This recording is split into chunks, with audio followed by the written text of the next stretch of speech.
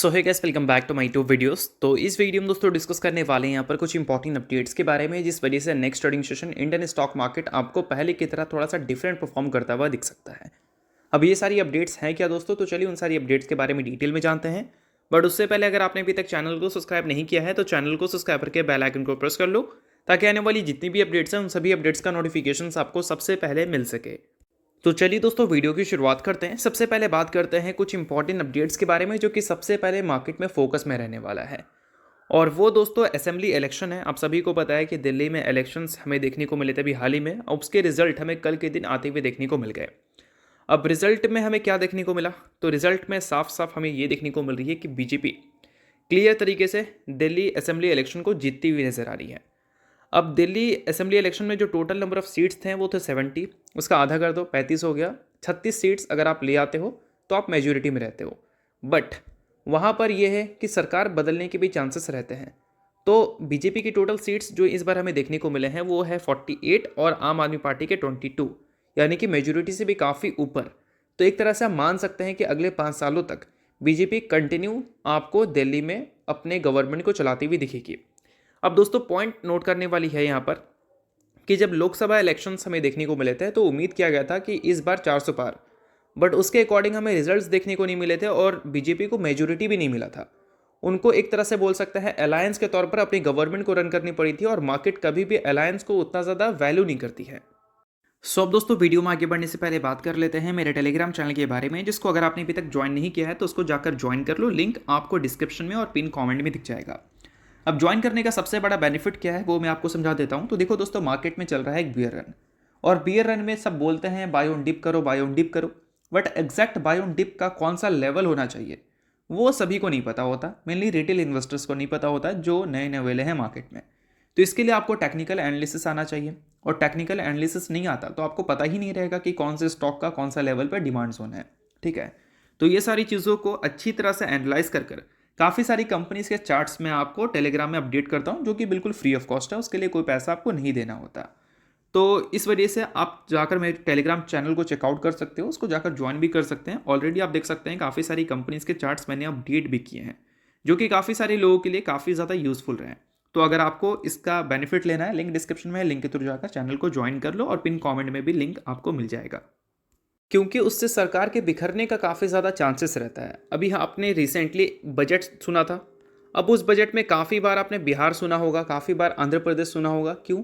क्योंकि अगर वो नीतीश कुमार को, चंद्रबाबू नायडू को खुश नहीं रखेंगे तो सिंपल सी बात है कि वो अगर अपना गठबंधन हटा लेते हैं तो आपको सरकार को रूल करने में काफ़ी ज़्यादा प्रॉब्लम्स होगी। इनफैक्ट सरकार में बने रहने में भी काफ़ी ज़्यादा प्रॉब्लम होगी। तो इस वजह से मार्केट हमेशा चाहती है कि जब भी कोई पार्टी आए, कोई भी पार्टी, ज़रूरी नहीं बीजेपी हो, कांग्रेस हो या फिर आम आदमी पार्टी हो, वो मेजोरिटी के साथ आए, आपको गठबंधन वाले सरकार देखने को ना मिले। और बीजेपी ने 48 सीट्स जो लिया है दिल्ली में, 35 मेजोरिटी है, 48 लिया है, तो सिंपल सी बात है कि मेजोरिटी के साथ है, और ये बाज़ार पॉजिटिव वे की तरह देख सकती है।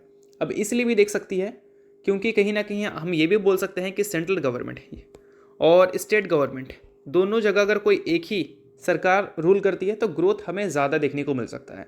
और अगर आप वहाँ पर ग्रोथ कम दिखाते हो तो आप कोई एक्सक्यूज़ भी नहीं दे सकते कि सेंट्रल गवर्नमेंट हमें काम करने नहीं दे रही है। तो ये सारे जो पॉइंट्स हैं वो अब आपको दिल्ली में सुनने को नहीं मिलेगा, और इस पॉइंट के बेसिस पे हो सकता है कि बाज़ार इसको अच्छी तरह ट्रीट करे। अब दोस्तों मार्केट में काफ़ी सारी अनसर्टेनिटीज़ थी, जिसमें कुछ अनसर्टेनिटीज़ अगर देखोगे तो क्लियर हो चुकी हैं। लाइक पिछले कुछ टाइम से मार्केट थोड़ा सा ज़्यादा ही गिर रहा था। अब उसके मल्टीपल रीजंस थे। सबसे पहले रेट हाइक्स की वजह से हमारे इकोनॉमिक में एक स्लोडाउन देखने को मिला, इकोनॉमिक ग्रोथ पहले की तरह हमें देखने को नहीं मिली। तो रेट हाइक्स का जो मामला है वो अब थोड़ा सा ख़त्म होता हुआ दिख रहा है, क्योंकि आरबीआई ने पिछले 5 साल में पहली बार रेट कट कर दिया है 0.25% से, और उम्मीद है कि इससे हमें ग्रोथ में एक पुश देखने को मिलेगा, और इकोनॉमिक ग्रोथ हमारी थोड़ा सा रिकवर होती हुई भी देखने को मिलेगी। तो ये जो पहला सिनेरियो है जिस वजह से एफआईआईज काफ़ी ह्यूज सेलिंग करते हुए नजर आ रहे थे पिछले 3 से 4 महीनों में, उस सेलिंग में एक स्लोडाउन तो ज़रूर हमें देखने को मिली है। अब उसके अलावा दोस्तों एक और ख़तरा था, और वो ख़तरा था अमेरिका से। लाइक अमेरिका ने काफ़ी सारी कंट्रीज़ के ऊपर टैरिफ लगाया था, जिसमें चाइना, कनाडा, मैक्सिको थी। अब कनाडा मैक्सिको का जो टैरिफ है उसमें तो एक पाउज हमें देखने को मिला, बट चाइना का tariff as it is same है, 25% से टैरिफ हाइक्स हमें देखने को मिली है। और नोट करना है एक बात को, कनाडा और चाइना की बात करें तो उसमें एक आपको डिफरेंस दिखेगा। लाइक कनाडा मैक्सिको ब्रिक्स का मेंबर नहीं है, चाइना ब्रिक्स का मेंबर है। और ट्रंप ने पहले ही थ्रेट दे दिया था कि अगर ब्रिक्स वाले हमारे डॉलर को यूज़ ना कर कर अपनी लोकल करेंसी को यूज़ करते हैं ट्रेड के लिए, तो वो उनके ऊपर टैरिफ लगा सकते हैं। तो जब चाइना के ऊपर टैरिफ लगा था तो बाज़ार ये चीज़ को लेकर काफ़ी ज़्यादा सोच में पड़ गई थी, क्या इंडिया के ऊपर भी टैरिफ लगेगा, और इंडिया के ऊपर अगर टैरिफ लगेगा तो कहीं ना कहीं ऑलरेडी हम एक स्लो इकोनॉमिक ग्रोथ से जूझ रहे हैं पिछले कुछ टाइम से, उसमें और भी स्लोएस्ट ग्रोथ हमें दिख सकती है। बट अभी इसका जो सिनेरियो है वो थोड़ा सा डिफरेंट हो चुका है बाज़ार के पॉइंट ऑफ व्यू से अगर हम देखें, क्योंकि हमारे जो प्राइम मिनिस्टर हैं नरेंद्र मोदी, वो अब विज़िट कर रहे हैं यूएस। क्यों विज़िट कर रहे हैं? क्योंकि वो चाहते हैं रिड्यूस करना इंपोर्ट टैरिफ को। अब इसके लिए वो बातचीत करेंगे ट्रंप से, और ये जो सारी चीज़ें हैं वो हमें इसी वीक देखने को मिलेगी, या फिर बोल सकते हैं अगले वीक देखने को मिलेगी। और ये चीज़ तो एक पॉइंट है जिसके बारे में मार्केट ने काफ़ी सारे आर्टिकल्स छाप दिए हैं, बट उसके अलावा buying more energy, defence equipment से रिलेटेड भी बातें चलेंगी यूएस में। और ये बहुत बड़ा अपडेट है, और ये बहुत बड़ा अपडेट इसलिए है क्योंकि इस चीज़ को लेकर बाज़ार बहुत ज़्यादा वॉलेटाइल था, और इस चीज़ को लेकर अगर प्रॉपर क्लैरिटी मिल जाती है, लाइक यूएस हमारे ऊपर कोई टैरिफ नहीं लगाएगा, या फिर जो एनर्जी को लेकर ट्रंप की न्यू पॉलिसीज़ हैं उसमें हमें कोई चेंजेस देखने को नहीं मिलेगी, तो फिर बाज़ार के लिए एक अच्छी बात होगी। बट ऐसा अगर नहीं होता है तो फिर बाज़ार आपको अल्टीमेटली थोड़ा सा वॉलेटाइल ही दिखेगा, जैसा पिछले कुछ टाइम से दिख रहा है। देखो ये सारी चीज़ें जो है वो टेम्प्रोरी पीरियड पे है। लॉन्ग टर्म की हम बात करें तो बाज़ार हमें ऊपर ही देखने को मिलता है, बट शॉर्ट टर्म की बात करें तो काफ़ी सारी चीज़ें बाज़ार में चलती हैं, और उस वजह से बाज़ार आपको पॉजिटिव नेगेटिव दोनों रिएक्ट करता हुआ दिखता है। तो ये जो इंपॉर्टेंट पॉइंट है, ये इंपॉर्टेंट पॉइंट काफ़ी ज़्यादा इंपॉर्टेंट अब बन जाता है, क्योंकि अभी जो रिसेंटली ट्रंप ने टैरिफ हाइक लगाया था, उस टैरिफ हाइक को अगर मार्केट के नज़र से हटाना है, लाइक उससे वजह से मार्केट में एक डर बैठा हुआ था, तो उस डर को हटाना है, तो ये जो पॉइंट मैंने बताया ये बहुत ज़्यादा इंपॉर्टेंट है। तो चलिए अब डिस्कस करते हैं अगली अपडेट के बारे में, जो कि FIS-DIS की डेटा है। FIS की एक्टिविटीज़ हमें मार्केट में थोड़ी सी कम होती हुई दिखी है। लाइक पहले FIS ने काफ़ी ज़्यादा सेलिंग की थी, उस सेलिंग में एक स्लो डाउन तो हमें ज़रूर देखने को मिल रही है। लास्ट वीक बीच में FIS ने खरीदारी भी की थी, और लास्ट ट्रेडिंग डे 470 करोड़ की वाली FIS करती हुई दिखी है। देखो FIS का प्रेजेंस इंडियन स्टॉक मार्केट में बहुत ही ज़्यादा स्ट्रॉन्ग है। लगभग 800-900 बिलियन डॉलर रुपीज़ वो इन्वेस्ट कर चुके हैं। अभी तक जितनी भी सेलिंग हुई है वो उसका 1% भी नहीं है, एक तरह से बोल सकते हैं, या सॉरी 10% भी नहीं है। बट फिर भी मार्केट ने रिएक्ट किया है। बट अब देखा जाए तो FIS की सेलिंग जो है वो हो सकता है कुछ स्लो होती हुई नजर आए, क्योंकि मार्केट में सेलिंग के लिए अब कोई न्यू रीज़न चाहिए। जो भी पुराने रीजंस हैं उसको काउंटर करने के लिए मार्केट काफ़ी सारी चीज़ें ऑलरेडी सुन रही हैं। रेट कट सुन रही हैं, ट्रंप मोदी की मीटिंग की न्यूज़ सुन रही हैं, और टैरिफ हाइक की पॉज की न्यूज़ हमें सुनने को मिल रही है। तो देखते हैं कि आने वाले कल में FIS का बिहेवियर कैसा रहता है। बट कुछ चीज़ें ऐसी हैं जो कि FIS के बिहेवियर में बदलाव ला सकता है, और वो कुछ चीज़ें हमने डिस्कस किया। तो चलिए अब डिस्कस कर लेते हैं कुछ कंपनीज़ को, या फिर बोल सकते हैं कौन सी ऐसी कंपनीज़ हैं जिसको फ़ायदा हो सकता है दिल्ली के इलेक्शंस के बाद। तो देखो दोस्तों, आप सभी को पता है कि दिल्ली के इलेक्शंस में बीजेपी जीती है, जिसकी बात हमने किया था।